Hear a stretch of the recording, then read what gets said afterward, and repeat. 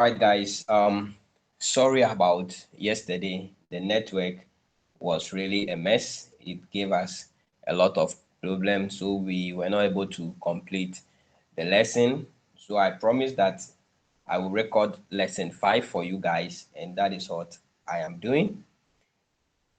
What you need to know is this our true SMC trading sessions are proudly sponsored by us, Accurate Pips, free of charge.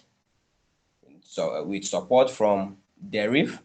So if you don't know what Deriv is a trading broker with zero spread, very, very small commission, and one of the brokers that is good for currency trading and also trading of assets like synthetics for 100, for 75, crash and boom, all traded on Deriv. So Deriv is all in one broker. They are multi-purpose broker, and they are proud sponsors of this free training session that we are bringing your way. So if you have not signed up to Deriv, there is link in the description of this video. Do well to click on it, sign up, and start trading with them today. Experience the best trading platform in Deriv. All right. If you are also not subscribed to our channel, Accurate Peep, do well to subscribe to the channel.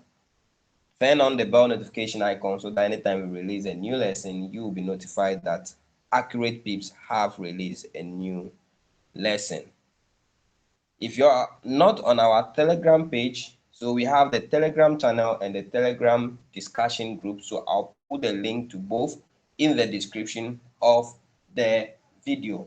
Join both and receive our frequent updates on the Telegram page. And also you can join our WhatsApp community, and the link will be also in the description of this video. If you need any help with Forex, don't hesitate to private chat me. Now let's get into the lesson and how it goes. So in this lesson, we'll be looking at the order matching process. How are orders matched in the Forex market? All right. So yesterday, before the network started messing around with us, I was explaining the process, but then I started by talking to us about the Forex broker. And then I was explaining what the Forex broker is, why we needed them, and so on and so forth. So I'll take that again. All right.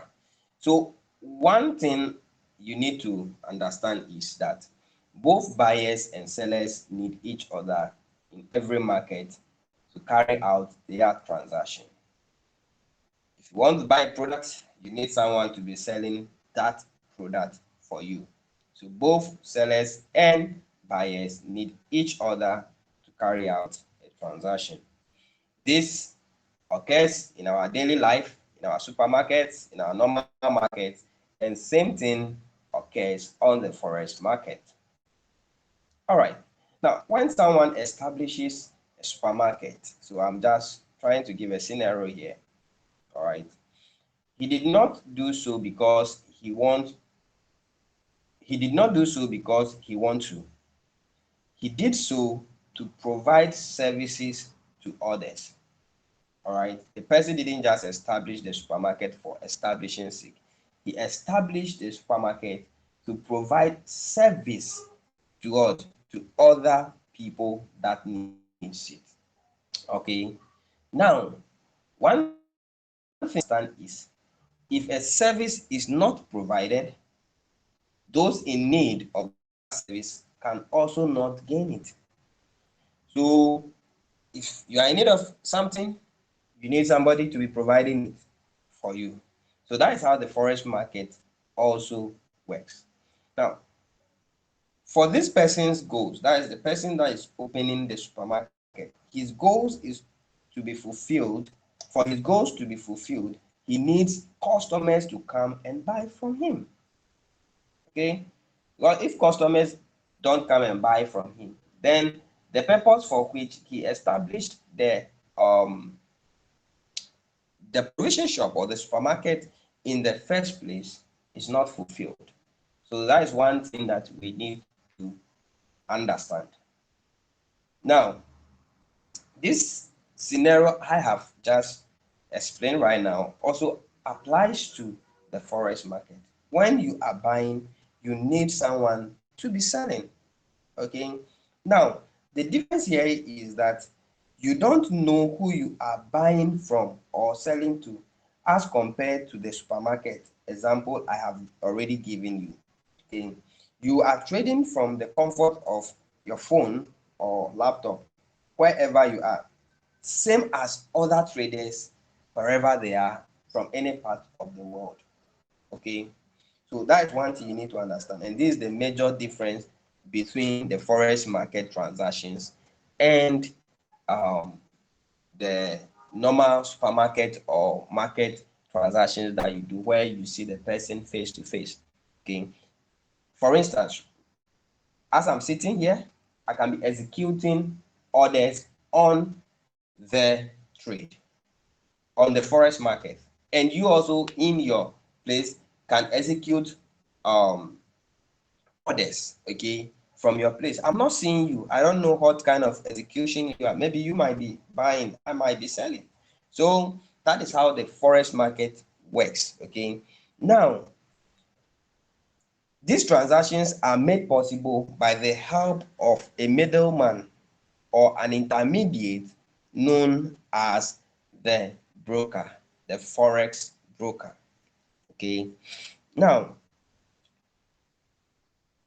what is a forex broker? Or who is forex broker? Let me personalize it, or let me make it like a persona. Okay, so a forex broker is a middleman responsible for an order matching process between traders. Example of a forex broker is Deriv, our proud sponsors. Other examples include Just Forex, Hot Forex, SNES, Huntech, and many other brokers out there. Now, the broker matches the buy orders of a trader to the sell orders of another trader.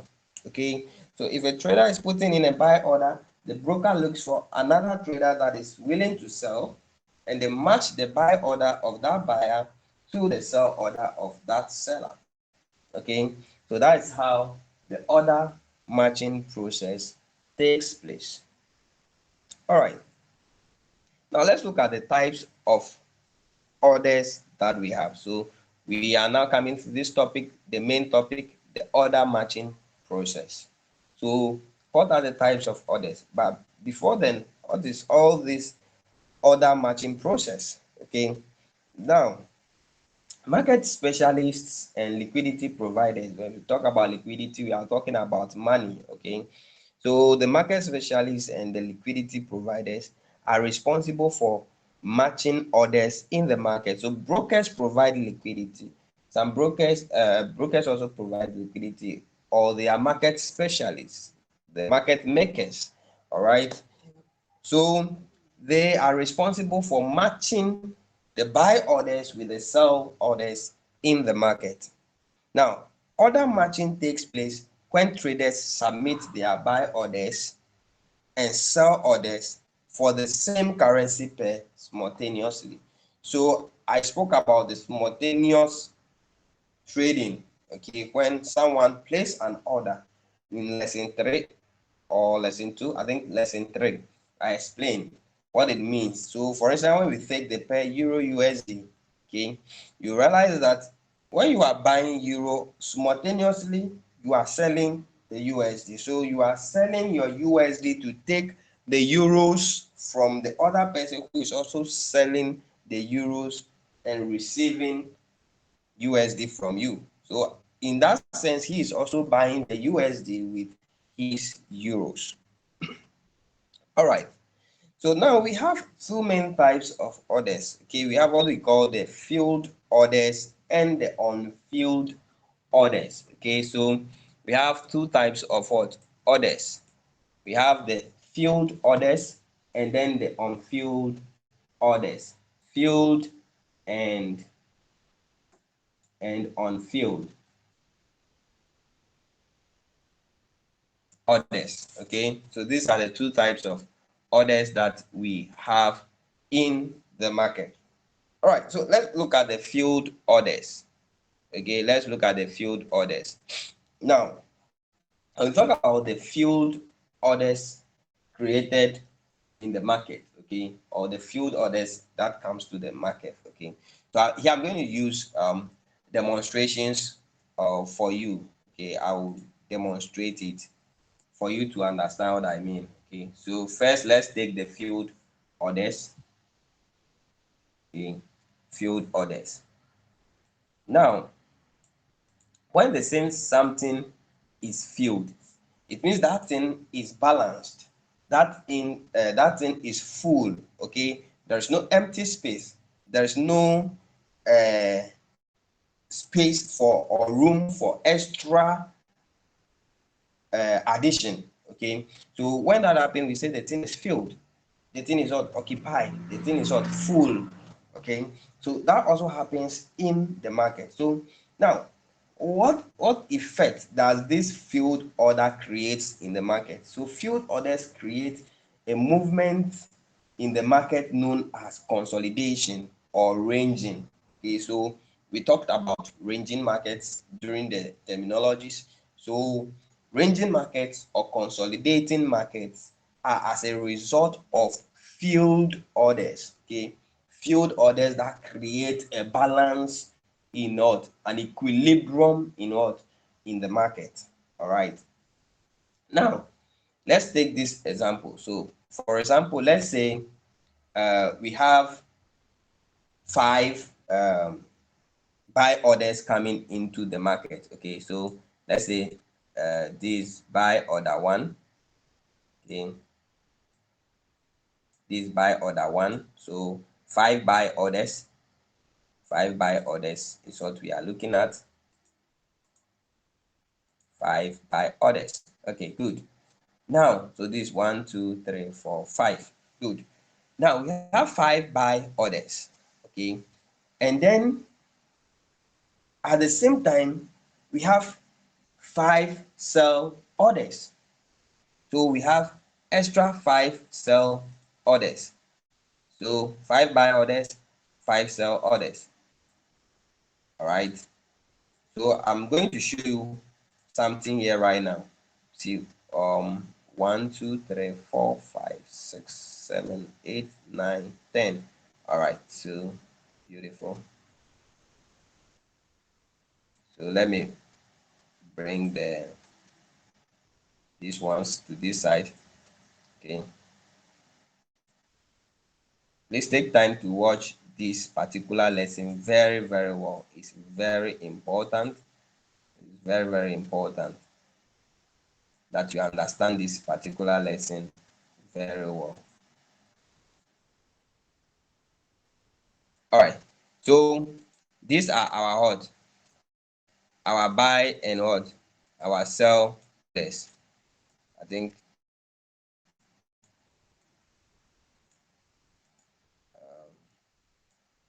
I'm not conversant with the Jamboard, so please bear with me.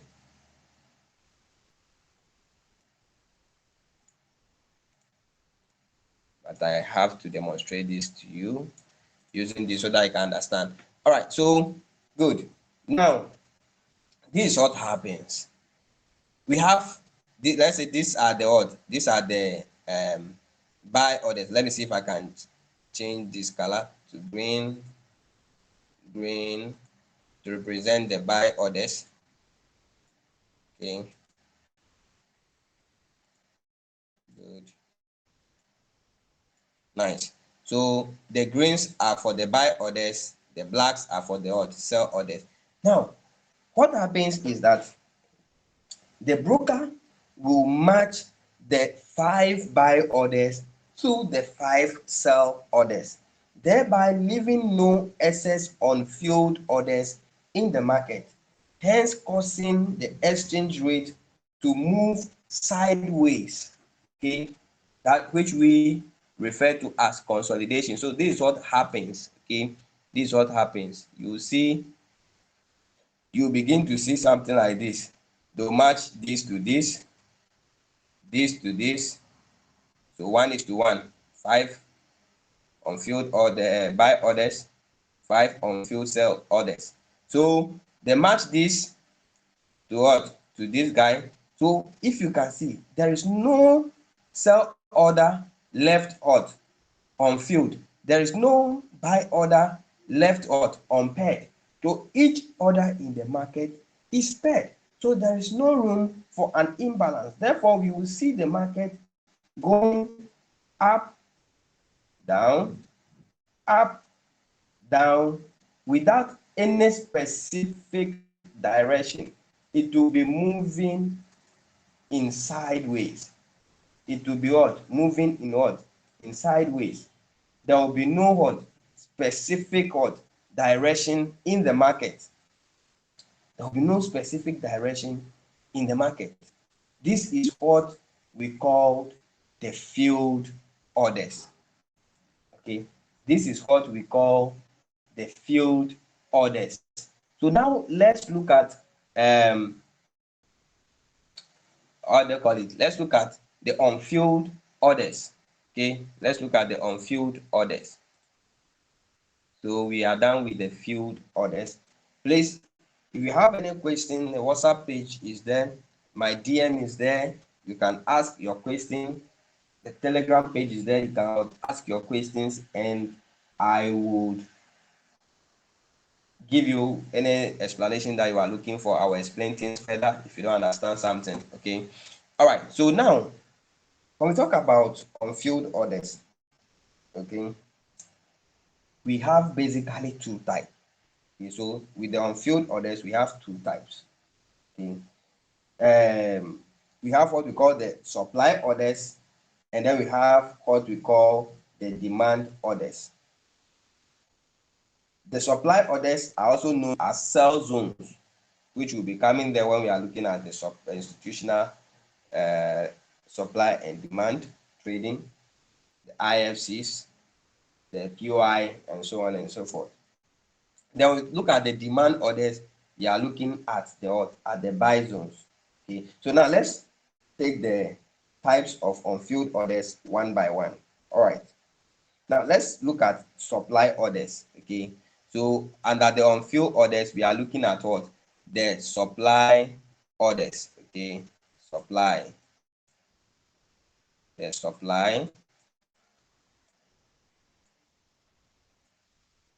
orders. All right. Now, please pay attention. Let's say we have 5 buy orders. Okay, 5 buy orders. And okay, let me put it this way. Let's say we have 5 sell orders and 3 buy orders. Okay, we have 5 sell orders and 3 buy orders. It means that only 3 of the sell orders are going to be what? To be filled or matched to the 3 buy orders. Now, when that happens, it means that we will still be left with what? 2 unmatched sell orders. We refer to those 2 unmatched sell orders as on-field sell orders. These orders will be left out behind. This then causes the exchange rate to drop. That is a fall in price. Why? Because there is still orders, sell orders in the market that has not been filled. I hope you guys are getting it. So this is what happens. Let me see if I can erase some of these things. Okay.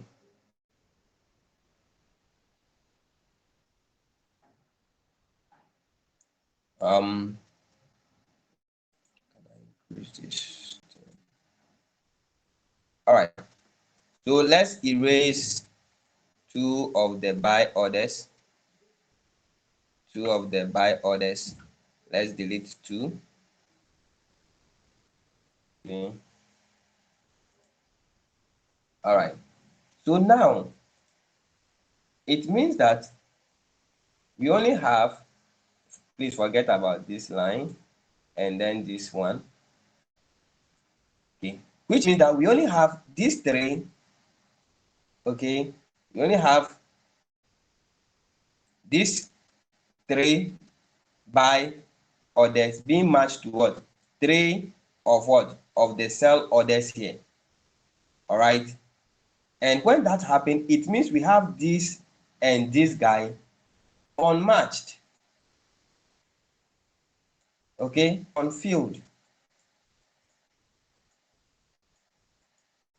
Okay, so these two guys are unfilled, creating what we call an imbalance in the system. Okay, this creates an imbalance in the system, and that causes price to drop. Are you with me, guys? This causes price to what? To drop. Okay, or the exchange rate to what? To fall, to drop. All right. So let me just show you something here. When that happens, you see something like this. Okay, when that happens, let's say we are moving. Okay, then we go to a portion, the buy orders. Okay, here are less than what? Than the sell orders. You see that price will then what? Will then fall, creating what? A supply zone, creating a sell zone up here, so that anytime price what gets back into this zone, price falls again. So price will now go back into that zone to fill those orders and then continue with its selling. Now, when we take, let's say, demand is the opposite of supply, the demonstration. So here, let's say these three unfilled orders are our sell orders and these are our buy orders. It means that we can only match three of the sell orders to three of the buy orders, which will leave these two extra orders, buy orders, to do what? To be remaining. When that happens, price then rises. Why? Because we still have what? An excess of two unfilled buy orders in the market. This will cause the exchange rate to rise in price. Okay, so that is where we will begin to see price go up. Okay, creating this demand, so that the next time market comes here, price will what? Will shoot up again.